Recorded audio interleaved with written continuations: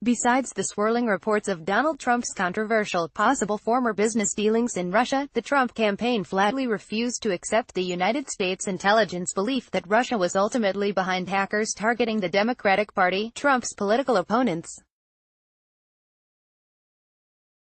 And, the day before the Democratic National Convention, WikiLeaks published 20,000 internal emails that were stolen by them. To add insult to injury and treachery to dishonor, during a nationally televised speech, Trump publicly invited the Russian hackers to target Hillary Clinton's personal email server. He said, "Russia, if you're listening, I hope you're able to find the 30,000 emails that are missing." Trump has always been chummy with the Russian President, Vladimir Putin, and openly expressed his admiration for him. Trump praised Putin by calling him very smart, a stronger leader than Barack Obama, very tough, no nonsense, doing a great job of outsmarting our country, intelligent, stablemate, highly respected within his own country and beyond, among others.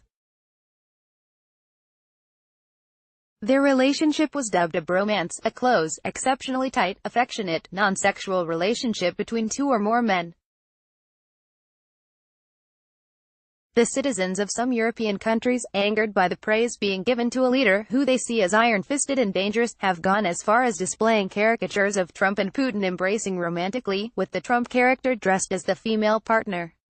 More recently, however, if we are to continue the bromantic theme, Trump has been cheating on Vladimir Putin with Kim Jong-un, because Trump recently made this rather nauseating statement about the North Korean dictator publicly: "We were going back and forth, and then we fell in love.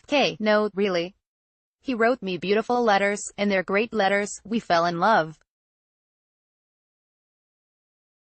Fun and joke, hyperbole and metaphor aside, I believe that statement is going to follow Trump to his grave. Kim Jong-un is a dictator extraordinaire. He oversees a nation that carries out extermination, murder, enslavement, torture, imprisonment, rape, forced abortions and other sexual violence, persecution on political, religious, racial and gender grounds, the forcible transfer of populations, the enforced disappearance of persons and the inhumane act of knowingly causing prolonged starvation, courtesy of a 2014 United Nations report that examined North Korea. Blown to smithereens according to the Institute for National Security Strategy, a think tank arm of the National Intelligence Service. In the first 6 years as leader, he has ordered the executions of at least 340 people. In 2016, Kim Yong-jin, the deputy premier for education, was killed in front of a firing squad after showing disrespectful posture in a meeting. Hyun Yong-chul, a general over the armed forces, fell asleep in a meeting. He was executed with an anti-aircraft gun. In other words, for nodding off during a meeting, the general was blown to smithereens.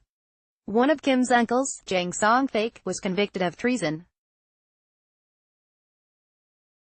He too was blown to smithereens by anti-aircraft weapons and his body incinerated with flamethrowers.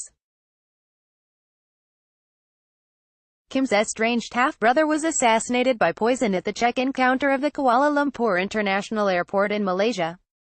And so, we come to 21-year-old American Otto Warmbier. He was vacationing in North Korea and allegedly attempted to steal a propaganda poster as a memento from his hotel. He was arrested and sentenced to 15 years imprisonment at hard labor. After 17 months, he was released with severe brain damage and died shortly after. Trump defended dictator Kim when he denied any previous knowledge of Otto's situation. Trump even relayed how Kim felt very badly about it. Trump appears to be drawn to power, not any kind of power. Kim is the third dictator that he has defended. Trump has a nasty habit of going from POTUS, President of the United States, to putus, Jamaican dialect for someone's sweetheart. I wonder how low he'll go.